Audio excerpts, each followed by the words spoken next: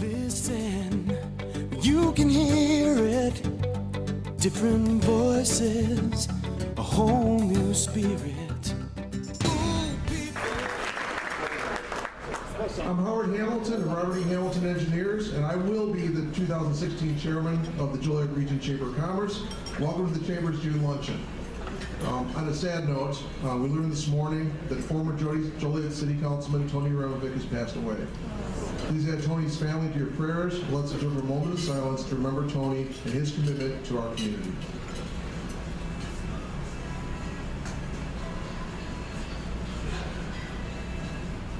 Thank you.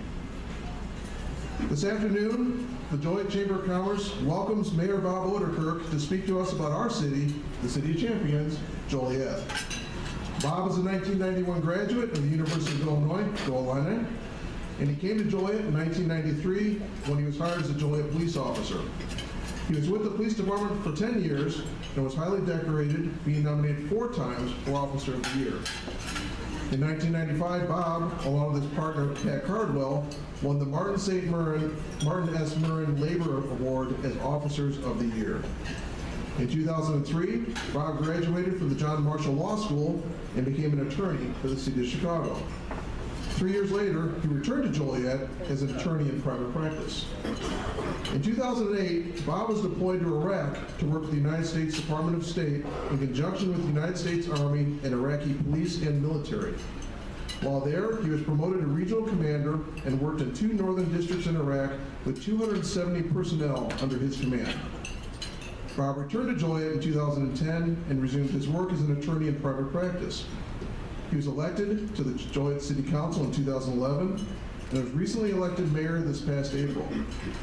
The mayor remains the co-owner of his law firm with offices in Joliet and Yorkville, is a resident of the Cathedral area, and a parishioner at St. Raymond's Cathedral, and is married with a blended family of 3 children. Please welcome our mayor, Bob Oderkirk. Thank you very much. Thank you for everyone for coming out today. Thank you to Harrah's. Thank you to the Chamber of Commerce and to the elected officials who came today. It's really great to see so many people interested and invigorated in what's happening in Joliet. I want to talk a little bit today about what I've done in the first few weeks in office and where I see Joliet going, my vision, some of the big problems that we have to tackle and opportunities that we have here in Joliet. I guess after I got elected, the first order of business that I addressed was I put together a transition team. And we reached out to members all over the community, a real diverse group of people.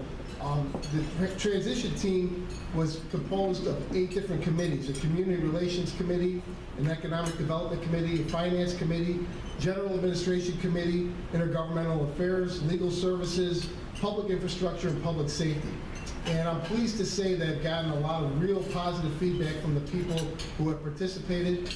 Just this morning, I received the first rough draft of the report, which is going to be published. It's going to be made public. The report will be presented to me and then the city manager, Jim Hock, and the Joliet City Council. The goal of the transition team in these committees was to evaluate the current state of affairs in the City of Joliet and City of Joliet government and propose changes or new initiatives to be presented again to myself and to the City Council. So far, I've been, again, very encouraged with the feedback I've gotten and the various people in Joliet that stepped up to the plate that have concern for this community and want to participate in this community. The second item that I addressed immediately after being elected had to do with the relationship between myself and the members of the City Council. I think, as everyone in this room realizes, that the last 4 years have been contentious at times on the City Council. And myself and other councilmen at times took a lot of criticism from people about what was actually happening on the council and the relationship between the council and staff and the council and the mayor. And I think it's a double-edged sword. I think there's some very strong personalities on the City Council, including my own, but I think that's what's positive. I think these people are leaders. They weren't put on the council to be a rubber stamp or a yes vote for myself or any other mayor. They're there to lead and to do what they think is correct, and I think that's important. I'm certainly going to encourage that among the council members. On the other side, I think there has to be consensus with the City Council. When an issue is presented, it's debated, and it's voted on. I think dissension is good. I think debate is good. Once a decision is reached, I think the council needs to come together and pull behind whatever the consensus is and work together going forward. To that end, I made it a point. I approached each council member after I was elected. I sat down with them, I asked them what their goals were, if there were specific items they wanted to accomplish during their tenure, what I can assist them in getting done in the city of Joliet. And I think most importantly, I made each individual council member a member of the chairman of a specific city committee. So again, I'm happy to say so far I've got a lot of positive response from the city council. I think we are pulling together, working together. Again, there will be dissension going forward, I understand that, but I think this council understands that for the benefit of the people of Joliet, again, once a decision is reached, the council needs to work together, and I certainly intend on pursuing that going forward. Aside from that housekeeping, there are several real big issues that are facing the city right now. I think the city finances, it's an ongoing issue, but it's certainly an issue right now. It's ironic that I'm giving this speech on a riverboat. There's no question that the riverboats have brought to Joliet really a surge, an economic boom that probably this community never saw before and probably will never see again. 20 or so years the riverboats have been here. They've raised over $750 million in revenue for the city just from the riverboats. I think, though, we have to be responsible as city leaders. We have to understand that the glory days from the riverboats are probably behind us. I think it's only a matter of time that we're going to see a South Suburban casino and we're going to see a downtown casino, which will cut into the profit margin here and which will cut into the revenue that the city relies on from the riverboats. I think it's incumbent upon myself as mayor, upon our city manager, our staff, and our city council to start looking for alternate sources of revenue going forward. I think it's important for the city to look for the first time towards hiring a lobbyist, someone who can go to Springfield or Washington and help bring dollars back to Joliet. I think it's important as a city to review our grant writing procedure and look into hiring someone from the outside to apply for grants and write grants for the city of Joliet. Right now, the city of Joliet is the 4th biggest city in the state of Illinois. As you read in the Herald News about a month ago, we're poised to become the 3rd biggest city.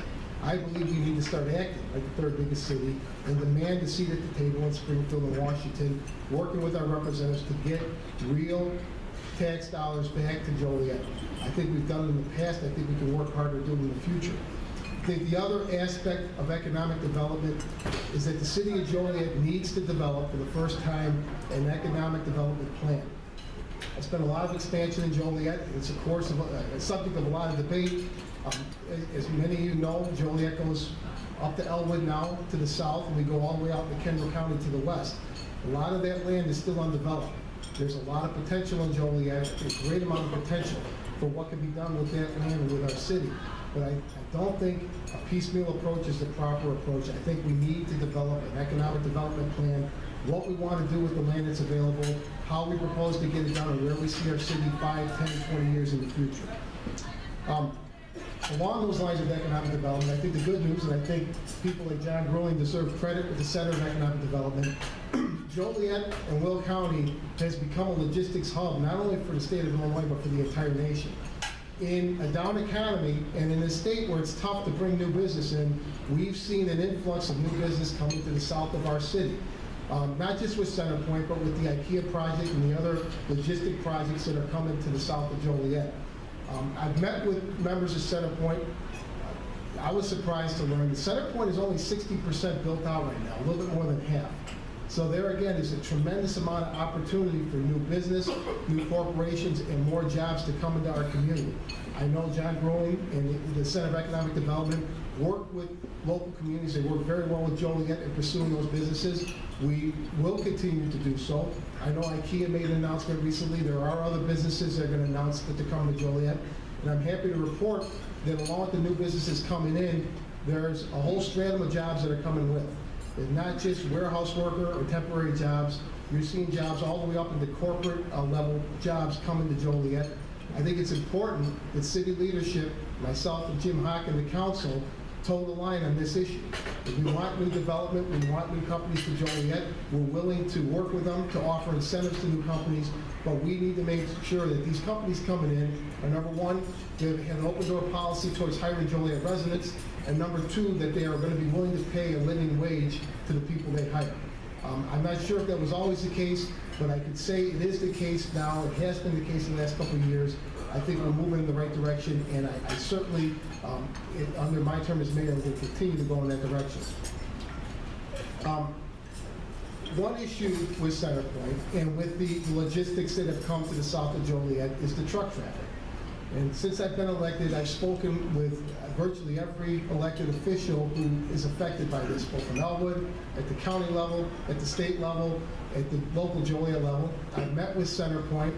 I've met with environmental groups. I've met with members of IDOT about the issue we have with the truck traffic in Joliet. There's a consensus amongst everybody I named that we need to do something to alleviate the problem for two reasons. Number one, the obvious reason, there's a safety concern. We have hundreds of trucks a day traveling on roads and an infrastructure that was not built to handle that type of truck traffic. We have trucks on Laramie Road that roll in front of a school every day. We have a congested intersection at Route 53 and I-80. We have issues with Arsenal Road and with Arsenal Road and I-55. Clearly something needs to be done. About a year ago, some private entities approached myself and other members of the city council and made the proposal for a truck bridge, a toll bridge in the Hobolt Road area at I-80 and Hobolt Road. I absolutely believe that that's essential going forward to not just the good of our citizens and the infrastructure, but for the health of what's at Centerpoint. We don't want a situation where the businesses that have come in are now choked off and they can't get trucks in and out of their business and are looking to leave Joliet to relocate someplace else where they can do business more efficiently. So I think for a lot of reasons, we need to get behind the idea of a toll bridge at Hobolt Road. My vision for the bridge, and meeting with Executive Walsh, other elected officials and the people from IDOT, would be a public-private partnership where private money is meshed with city money that we put together and we build this bridge. I would like to see the city of Joliet, we already have control over Laramie Road. I would like to see sometime in the future the city of Joliet negotiate with Will County and get control of Arsenal Road, where we can control what trucks are going up and down those roads, who gets overweight permits, who doesn't, and most importantly, we can control how many trucks are going to be forced to use this proposed bridge in and out of Centerpoint. Working with Centerpoint, I believe we could set tolls that are affordable, that the trucking industry can live with, that the businesses inside Centerpoint can live with, and also tolls that will bring back a return for the private investors and for the city of Joliet to maintain the infrastructure and to help pay off the cost of that bridge. Finally, I believe that we need to work with IDOT. Once we show them that we're serious, that we are building this bridge, we're doing it with our money and with private investors, to have the state of Illinois assist us in lengthening or expanding I-80, adding lanes to I-80 or I-55 to accommodate the traffic that's coming in and out of Joliet and in and out of this area of Will County. I believe all that can be done. I believe the major components have all stepped up to the table. I think it's a matter of putting the pieces together and getting this done. As mayor, it's definitely an initiative that I am going to pursue going forward. Another issue which we talked about briefly at the table was Evergreen Terrace. I have a few minutes, so I'd like to give a little background on Evergreen Terrace, where this issue started and where we're currently at today. Back in 2005, the Joliet City Council voted to try to condemn Evergreen Terrace, take over the property. I think it's clear at the time in 2005, the grand plan was to tear Evergreen Terrace down, to redevelop that neighborhood, and redevelop our waterfront.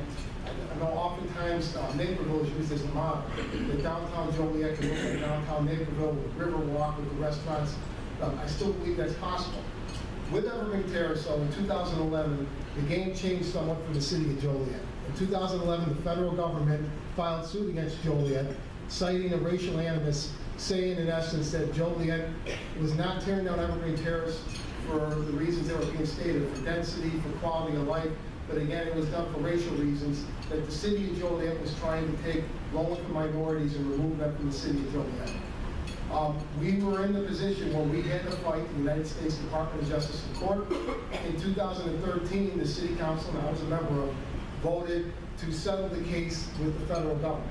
So it was a positive move. I don't think any of us wanted to be in federal court fighting with our government. The negatives were the conditions that were placed on us as a result of that settlement. I'm going to outline it today because it's important when you understand the vote that the council is going to have to take very shortly going forward with Evergreen Terrace. As a result of the federal settlement, Joliet is forced to keep 115 units of Section 8 property active, either on that site at Evergreen Terrace or somewhere else in the city. And we are responsible for operating, owning, and managing those units for at least 20 years. We are also responsible for building a park on the site where Evergreen Terrace is now and for maintaining that park for the next 20 years. We are also responsible for building, operating, and managing a community center on the site of Evergreen Terrace and maintaining that community center for the next 20 years. What the federal settlement did was really bit into the profit margin of what could be done on that property. Just so I'm clear, the Evergreen Terrace property in question starts at Western Avenue. If you're coming over to Cass Street Bridge, it starts at Western Avenue and it goes to Division Street. There's still another area, the Homes Complex, which the Housing Authority owns, between Division and Bridge Street, which will not be touched. Those high-rises are going to remain in the area. So we have an area between Western and Division. Right now, we're looking at a plan that's going to maintain 115 units of Section 8 housing with other mixed income buildings that will allow for mixed income facilities, living facilities. So the city of Joliet hired Holstein Group. It's a Chicago group which has a lot of experience in dealing with public housing. They were the forerunners of the Cabrini Green housing project in the city of Chicago, as well as other projects. When I got elected, I told the council, I said publicly I was going to present a plan for the first time, a realistic plan of what it is the city of Joliet wants to do on this property, how long it's going to take us to achieve these goals, and what the cost would be to do it. I met with Holstein and staff about 3 weeks ago. Two plans, two options were presented to me at that meeting. I'll be frank, I didn't think either one of them were good plans, and I didn't think that the council or the public would be happy with what was presented to me. So I tasked Holstein and staff to draft two additional plans. So as it stands now, there are going to be 4 plans presented to the city council. The original idea was to do it at the first week of meetings in July. I think at the July 6th council meeting to present the plan. At the last city council meeting, after speaking with council members, seeing it's got to be an extensive debate, and there are 4 distinct plans going to be presented. I think we've agreed we're going to do a special council meeting, but you are going to see those plans presented in early July. It's coming forward. It's been a hot topic on the council. It was a controversial topic. I spoke out back in 2011 that I thought Joliet fighting the federal government was a bad position for Joliet to be in, and quite frankly, I took a lot of heat from it, including, it was mentioned, I'm a member of the cathedral area. I'm a member of Kappa. I think the people in Kappa were very angry at me for the position I took about Evergreen Terrace. Having said that, we spent $6 million in legal fees. We've won the court case. We're allowed to condemn the building. I found out last week Evergreen Terrace plans, they have not yet filed an appeal, but they plan to file an appeal on our decision to condemn the buildings. I do think the appeal will be unsuccessful. I think Joliet is going to be in a position where we have to decide whether we want to purchase the buildings or not. And I think the best way to do this is to make all the options public, and we have the council present those options and vote on them. I know everybody in this room cares about the city of Joliet. This is a big issue. Joliet stands to cost Joliet tens of millions of dollars, depending on what option we choose.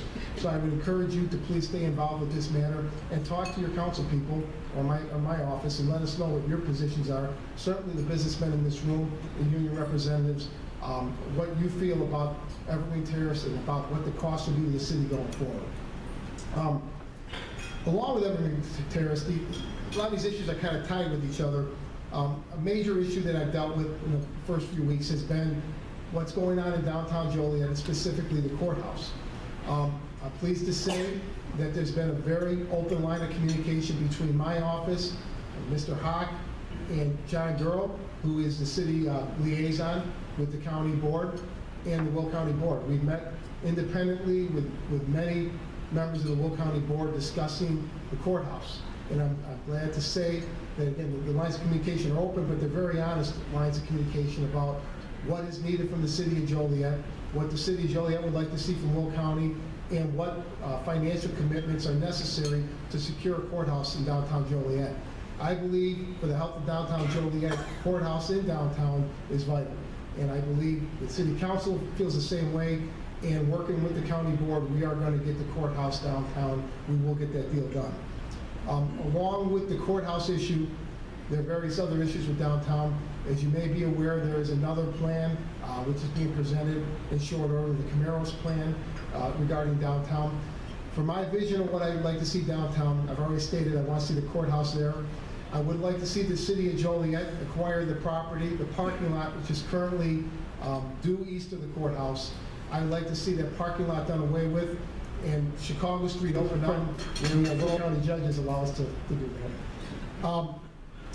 I believe, and the Camaros plan incorporates this, that we need to widen the streets in downtown Joliet, cut back on the sidewalk size, make on-street parking more available, make downtown more accessible for people who want to come in and do business downtown, whether it be at restaurants or law firms like my own.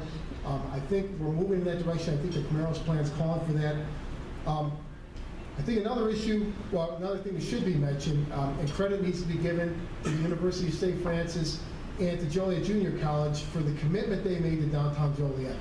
I think the leadership of both those institutions deserve credit for being bold and having the vision to see where downtown Joliet is headed, and for making the financial commitment to downtown. And I think that's a key component to what we're going to see going forward.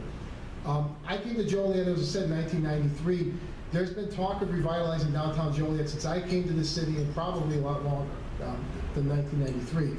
I think it's no longer talk. We're seeing it happen. We're in the early stages, but it's going to happen. It's going to happen in short order. I think the influx of college students that are coming downtown, they're going to go eat downtown, go to bars downtown, nightlife downtown is all going to be affected by those students. So I do want to thank those institutions. I also want to address another issue. There's always talk in downtown. I hear it in my office repeatedly about crime in the downtown area. And I own a law firm downtown. I'm downtown every day. My staff is mostly female members of my staff. We park in the parking decks. We go to the restaurants, walk the streets of downtown. I don't think crime is a significant problem in downtown Joliet. I think the perception of crime is a significant problem in downtown Joliet. So I think it's an issue that myself as mayor and Police Chief Brian Benton and Jim Hawk can work on going forward. How do you change the perception? We have thousands of people, tens of thousands of people coming through downtown every year that aren't necessarily Joliet residents, either going to court, doing jury duty at the courthouse, going to any of the functions like New Orleans Night, which the Chamber of Commerce put on very successfully recently, or Nitro Night, or attending the Rialto Theater. And I think Chief Benton can back this up. The instances of crime with all the people that come into this community, the downtown, are extremely low. There's the occasional instance, but anytime you have people coming together, there will be crime. But the perception, not only in outlying communities, but even in Joliet, is that downtown is a dangerous place to be. And that simply isn't the case. I think it's incumbent on city leadership, it's incumbent on this chamber to change the tone. Everyone who was downtown for New Orleans Night understood that they weren't in harm and they weren't in jeopardy by coming downtown. I think we need to push that issue out. To that extent, I've spoken with the police chief, I've spoken with Jim Hawk. One initiative I would like to see is the return of the beat officers to downtown Joliet. They were there when I was a young police officer. There were a lot of cuts made in the late 2000s to the police department. That was one of the things that were cut out. But I think it'd be great for public relations, for public perception. I know downtown business owners would like the idea of knowing who the beat cops are walking the neighborhood. I think an important part of that job would be for those officers to become familiar with and deal with a transient population downtown and to the businesses that service that population. We have ordinances in place against panhandling, against public intoxication or drinking publicly, against loitering. We need to strictly enforce those ordinances. As it was said, I'm a member of St. Raymond's Cathedral. I'm a practicing Catholic. I absolutely believe that individually and as a society, we have a duty to protect or look out for our fellow man and look out for those that are less fortunate. And I believe Joliet does an exceptional job of that with the services that we provide to the homeless and to the underserved people in our society. And having said that, I also believe that no group of people should be allowed to thwart economic development or thwart the vitality or progress of our community. So I think there's a balancing act that needs to be maintained, but I think it's something we could do as a city moving forward, and certainly with the chamber, with your help, we could do to really take the final step and bring downtown Joliet back to what it once was. But I'm happy to say I honestly believe that we're headed in that direction. A couple other small items I'd like to address, and then I'll open up for questions if time permits. The multimodal, the multimodal center in downtown Joliet is progressing. There have been issues on the council regarding the budget. I know the council's watching the budget very closely. Mr. Hocker, city manager, also is watching the budget. Again, I think it's an improvement. You're going to see new rail lines, new train station. It's a step in the right direction. Again, encourage people, outsiders, to come into downtown Joliet and help bring that community back. Our labor contracts for all the bargaining units in Joliet will be up at the end of this year. I'm happy to report that I spoke with Mr. Hock and that he's about to begin negotiating with 440, our public works union, which is the biggest union in Joliet.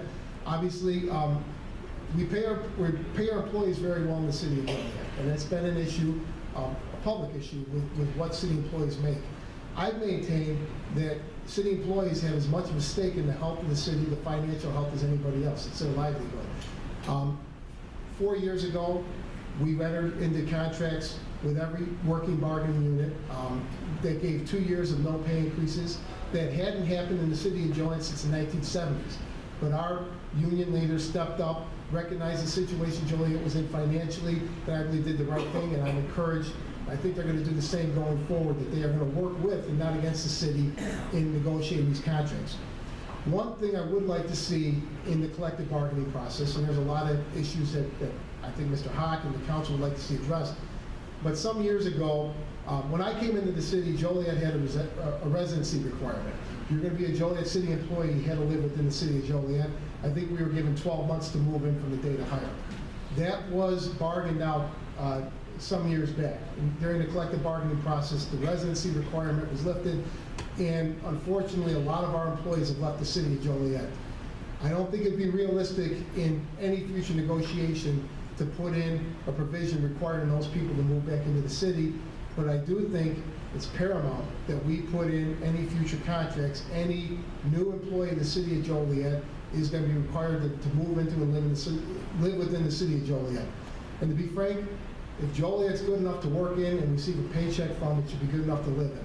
These are good paying jobs in our community. We need them in our communities. So one thing I would recommend to the city manager, and I believe the council also would recommend during the negotiation process to put that on the table, to have that going forward. Speaking with Senator Bertino and the various state representatives, Representative Walsh, about what's happening in Springfield. One of the rumors, one of the more persistent rumors that I'm hearing, and you probably can fill in the blanks better than me, but that when the budget process is finally straightened out, that there's a possibility of a large capital improvement bill being on the table. I've heard this consistently since I took office. I think it's important, if that money is made available by our state legislature, that Joliet make sure they have a place at the table. I think Joliet should look at, I spoke with the city manager, we should look to implement a long-term capital improvement plan for the city of Joliet, for streets, for sidewalks, for water mains. I think we know we have issues, especially some of the older parts of town, we have issues. Again, I think the approach in the past, it's been more of a hodgepodge approach. Something breaks, we fix it. A street needs repair, we fix it. I think we need to be more comprehensive in how we do this and roll out a plan and lay it out for city staff and for the public, how exactly we're going to address these different areas and different parts of the city, when we're going to do it, and most importantly, how we're going to pay for it.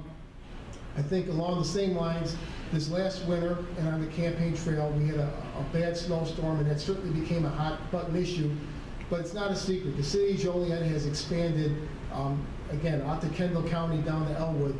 We have not expanded our snow plowing services. In fact, we've reduced the levels. As finances got worse in Joliet, the number of workers in that division have gone down. I think we need to develop a comprehensive plan, not for the average snowfall, but for if we get a serious snowfall or snow emergency, how Joliet's going to respond to that, both with our city workers and what other agencies can be employed to help, whether it be the county or the state, what else we could do. I think we need to develop a plan, a contingency plan, and put that in place for the next big snowstorm that comes in Joliet.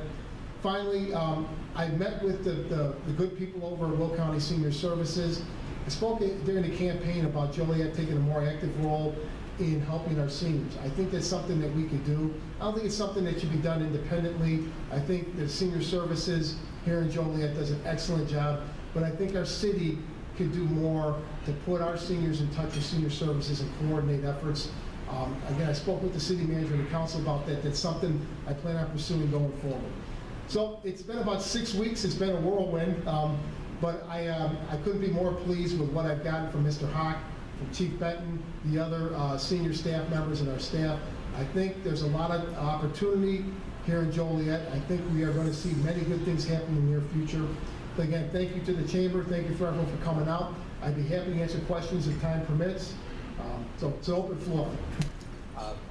You mentioned a lot of subjects, capital plans and evergreen terrace, et cetera.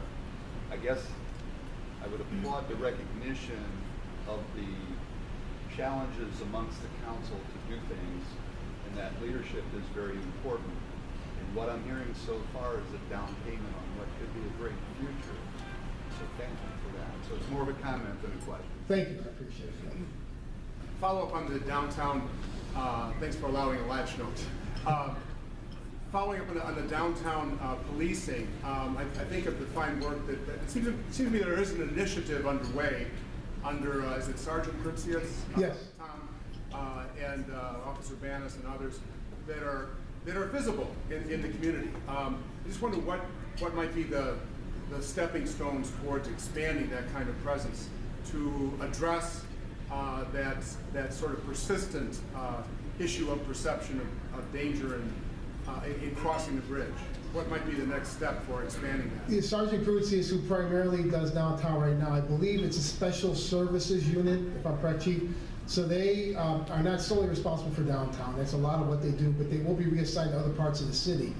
In the past, we had officers who didn't necessarily have squad cars. They were out walking the beat, talking to business owners, talking to the tenants and the people who are visiting downtown, and they had a real presence downtown. I guess along the lines, I'd like to expand on what Sergeant Gruzius is doing and get a couple uniform, 2 or 3 uniformed police officers whose only job is to walk the streets of downtown during business hours and make sure people are safe, and again, try to improve the perception of what's actually happening downtown. Very much, Mayor. Thank you. A little reminder, the golf outing is August 3rd at Joy Country Club. Get your reservations into Kelly as soon as possible because the spots are filling quickly. Meeting's adjourned. We'll see you at the next one. You can hear it, different voices, a whole new spirit.